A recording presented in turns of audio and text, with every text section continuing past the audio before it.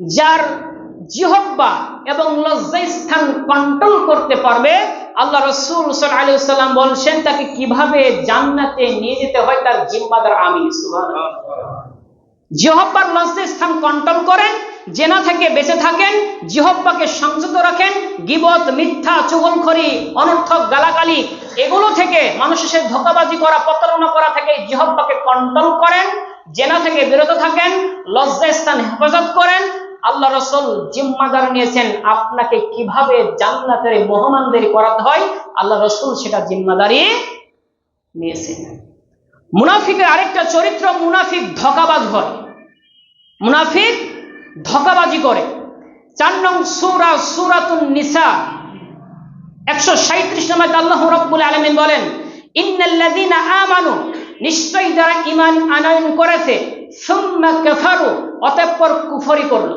ঈমান আনলো, ভালো কাজ করলো, আবার আল্লাহর সাথে কুফরি করলো। সুম্মা আমানু, আবার কিছুদিন পর আবার স্বার্থের জন্য ভালো কাজ করছে, ঈমান এনেছে। সুম্মা কাফারু, আবার সে কুফরি করছে আল্লাহর সাথে, আল্লাহর বিধানকে অস্বীকার করছে। সুম্মা যাদু, তার নীতিটাই এমন, তার নীতিটাই এমন, সে স্বার্থের জন্য আসে, স্বার্থের জন্য বের হয়ে যায়। কুফরুন লাম ইয়াকুনিল্লাহু লিয়াগফিরা লাহুম, আল্লাহ রাব্বুল আলামিন বলেন এই কাজে অগ্রসর হওয়ার কারণে তার আর ক্ষমা হবে না। কত কঠিন কথা দেখেন। আপনি রমজান মাসে আসতে, নামাজ পড়ছেন, রোজা করছেন, আলহামদুলিল্লাহ ভালো, রমজান চলে যাচ্ছে, আপনি আপনার কাজে ব্যস্ত।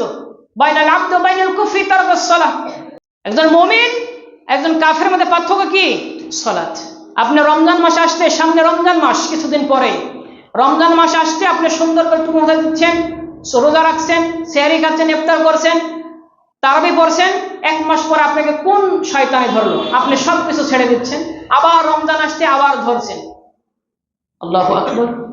এগুলো করা যাবে না, আল্লাহর সাথে ধোঁকাবাজি করা যাবে না।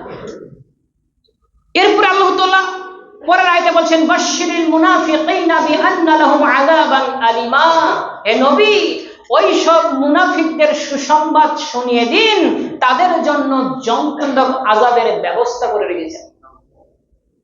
যারা এমন করবে, ঈমান আনবে, ভালো কাজ করবে, আবার কিছুদিন পর কুফরি করবে, আবার ঈমান আনবে, আবার ভালো কাজ করবে, আবার কুফরি করবে, এইরকম বারবার আল্লাহর সাথে ধোঁকাবাজি করা।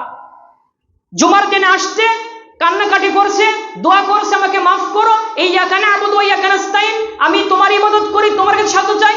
ইন্নী যালামতু নাফসি যুলমান কাসীরা ওয়া লা ইয়াগফিরুয যুনুবা ইল্লা আনতা ফাগফিরলি, আমি নিজের উপর জুলুম করেছি, আমাকে মাফ করো, তুমি ছাড়া মাফ করো কেউ নেই। বারবার বলছে, 6 দিন দেখা নেই। এই যে আল্লাহর সাথে ধোঁকাবাজি করা, টিকে থাকতে পারবে না। এটা হচ্ছে মুনাফিকি, এটা হচ্ছে নিফাক, নিফাকে এতেকাদি, আল্লাহর সাথে ধোঁকাবাজি করা। এর জন্য দ্বিমুখী হওয়া যাবে না, একক থাকতে হবে, কথার উপর অটল থাকতে হবে, যেটা বলবেন সেটা দাঁড় করাবে।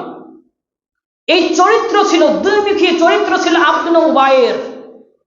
আব্দুল উবাই হচ্ছে মুনাফিকের সর্দার, তার চরিত্রে চরিত্র হওয়া যাবে না, বরং লাকাদ কানা লাকুম ফি রাসূলিল্লাহি উসওয়াতুন হাসানা, মুমিনদের মডেল হচ্ছে কে? আল্লাহ রাসূল সাল্লাল্লাহু আলাইহি ওয়াসাল্লাম। আর আব্দুল উবাই হচ্ছে সর্দার, মুনাফিকের সর্দার। এর জন্য তার আদর্শ গ্রহণ করা যাবে না, কারণ আব্দুল উবাই তার সালাত ছিল আল্লাহ রাসূলের পিছনে, তার জুব্বা ছিল, পাগড়ি ছিল, তিনি উঁচু আওয়াজে ভাষণ দিতেন, কথা বলতেন, জিহাদের ময়দানও গিয়েছেন, অনেকটা জিহাদের শরীক হয়েছেন, নেকামত করেছেন। কিন্তু তার দ্বিমুখী স্বভাবের কারণে আল্লাহ রাব্বুল আলামিন থেকে মুনাফিক উপাধি দিয়েছেন। তিনি আল্লাহ রাসূল সাল্লাল্লাহু আলাইহি ওয়াসাল্লামকে পয়েন্ট 1 তিনি পরিপূর্ণ মানেন নাই। 2 নম্বর, জিহাদের ময়দান থেকে সে 300 সাহাবা নিয়ে পালিয়ে গেছিল। 3 নম্বর, রাজনৈতিক জীবনে আবু জাহেলকে সে রাজনৈতিক নেতা মানত। এই 3টা বৈশিষ্ট্য মূল তার ভিতরে পাওয়া যায়। আল্লাহ রাসূলকে পরিপূর্ণ মানত না, আংশিক মানত। রাজনৈতিক নেতা হিসেবে আবু জাহেলকে মানত, ইসলামের গোপন কথা বাতিলের কাছে ফাঁস করত। এই গুণগুলো থাকার কারণে সে মুনাফিক উপাধি পেয়েছে।